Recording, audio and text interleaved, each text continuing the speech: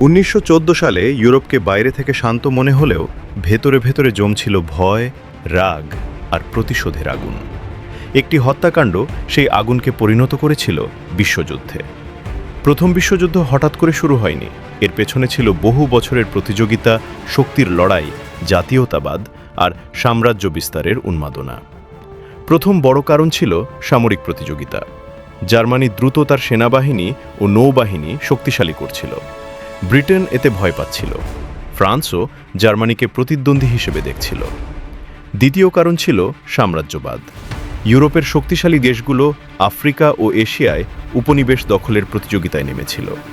কে বেশি জমি, সম্পদ আর প্রভাব পাবে, এ নিয়েই চলছিল সংঘর্ষ। তৃতীয় বড় কারণ ছিল জোট ব্যবস্থা।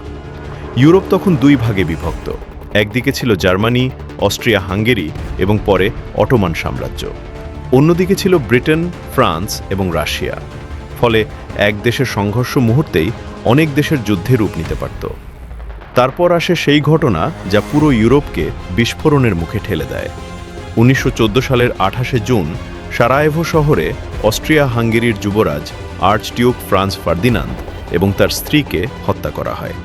এই হত্যাকাণ্ড ঘটায় এক সার্বজাতীয়তাবাদী। এরপর ঘটনাগুলো খুব দ্রুত এগোয়। অস্ট্রিয়া হাঙ্গেরি সার্বিয়ার বিরুদ্ধে কঠোর অবস্থান নেয় এবং যুদ্ধ ঘোষণা করে। রাশিয়া সার্বিয়াকে সমর্থন করে। জার্মানি অস্ট্রিয়া হাঙ্গেরির পাশে দাঁড়ায়। তারপর ফ্রান্স ও ব্রিটেনও যুদ্ধে জড়িয়ে পড়ে। তাই প্রথম বিশ্বযুদ্ধের কারণ শুধু একটি হত্যা নয়, ওটা ছিল শেষ স্ফুলিঙ্গ।